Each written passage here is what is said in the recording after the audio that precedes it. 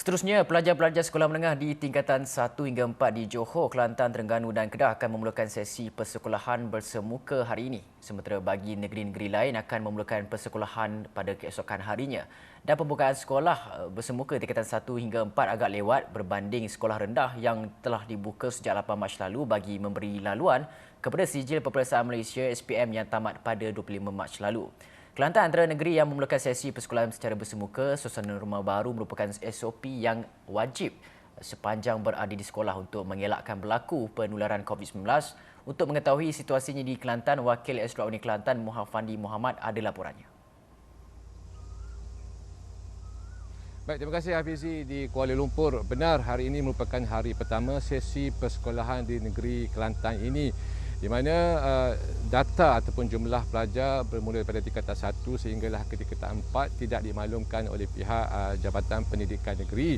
Namun hasil tinjauan saya pada pagi tadi di salah sebuah sekolah menengah di kawasan pinggir bandar mendapati SOP yang ditetapkan oleh pihak MKN dan juga pengurusan sekolah amat ketat, di mana pelajar yang datang seawal jam 7 pagi mereka perlu memakai pelitup muka, dan juga mereka apabila memasuki pagar sekolah mereka perlu disaringkan suhu badan masing-masing, dan proses saringan dan juga ujian suhu badan itu dipantau oleh bukan sahaja pengurusan sekolah, guru dan sebagainya, sebaliknya turut dipantau oleh pihak polis yang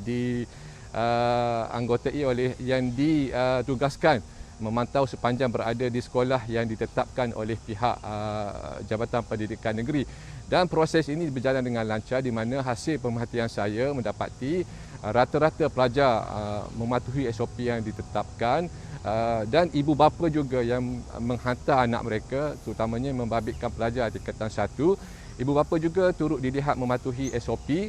Mereka juga memakai pelitup muka, bahkan sempat menitipkan pesanan buat anak mereka supaya menjaga jarak penjarakan fizikal semasa berada di sekolah, dan juga tidak berkumpul seperti yang telah pun ditetapkan oleh pihak MKN. Jadi kita dengar dulu keterujuan ibu bapa yang menghantar anak mereka ke sekolah pada hari ini selepas sekian lama pelajar berkenaan bercuti.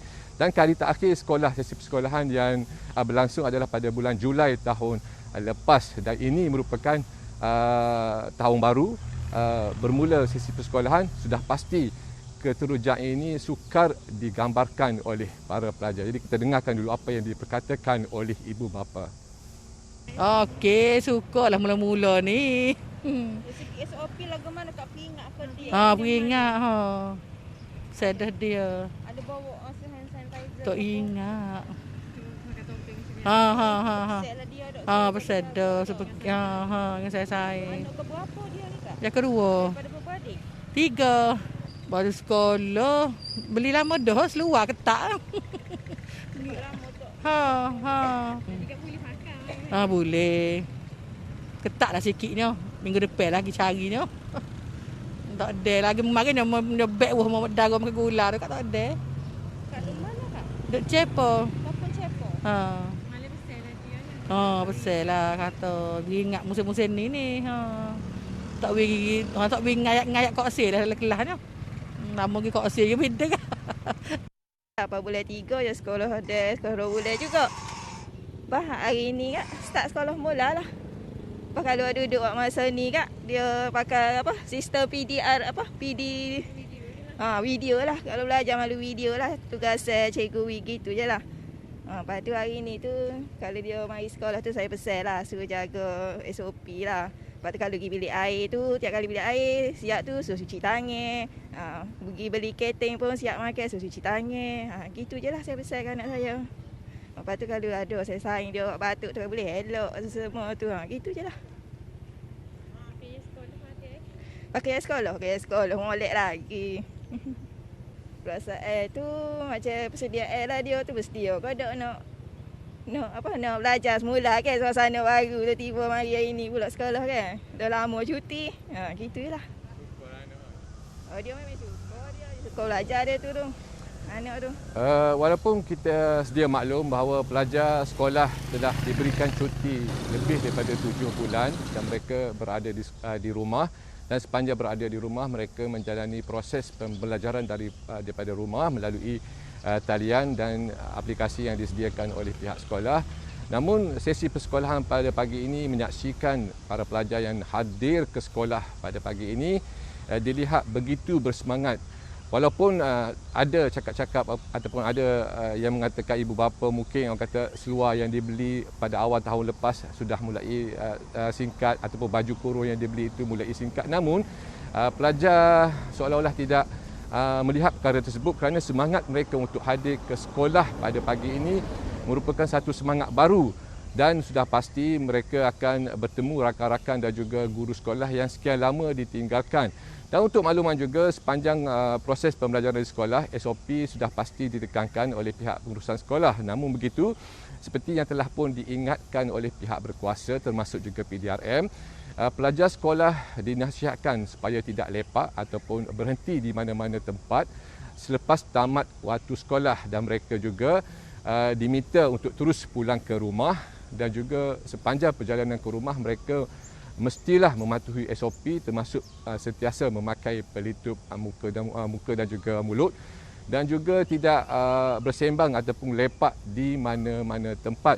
Dan sudah pasti proses ataupun sesi perjalanan balik ke rumah ini akan turut dipantau oleh pihak polis, yang mana sebelum ini Ketua Polis Kelantan Datuk Syafiee Mamat memaklumkan pihaknya juga turut menyediakan MPB dan juga unit rondaan bermotor bagi memastikan perjalanan pelajar yang pulang ke sekolah ini selamat dan pada masa sama mematuhi SOP yang ditetapkan, Hafizi. Dan Fandi, dalam masa yang sama kita juga ingin mengetahui selain daripada SOP yang ditetapkan oleh pihak sekolah, ada tak tinjauan ataupun Fandi berkesempatan untuk memasuki sekolah berkenaan, bertanyakan kepada guru-guru dan sebagainya, ada tak sebarang sistem-sistem dilakukan? Contohnya kalau di Sibu semua sekolah dilakukan sistem penggiliran untuk mengelakkan berlaku kesesakan dalam sesebuah kelas itu. Jadi di Kelantan ada sebarang cadangan-cadangan tertentu yang mungkin dilontarkan oleh pihak guru ataupun berdasarkan tinjauan Fandi sendiri, cadangan daripada ibu bapa ke, tak kisah? Sebenarnya Hafizi, pihak media tidak dibenarkan untuk melepasi pagar sekolah, namun apa yang dimaklumkan oleh guru besar dan juga pihak pengurusan sekolah, pelajar-pelajar ini apabila memasuki pagar sekolah mereka diminta duduk dalam keadaan barisan dengan penjarakan 1 meter bagi mengelakkan pelajar itu tidak duduk dalam satu tempat, mana memudahkan pergerakan mereka untuk menyaring suhu. Dan apabila selesai saja proses menyaring suhu badan itu, mereka menggunakan satu laluan yang dikhaskan di dalam sekolah untuk ke kelas masing-masing.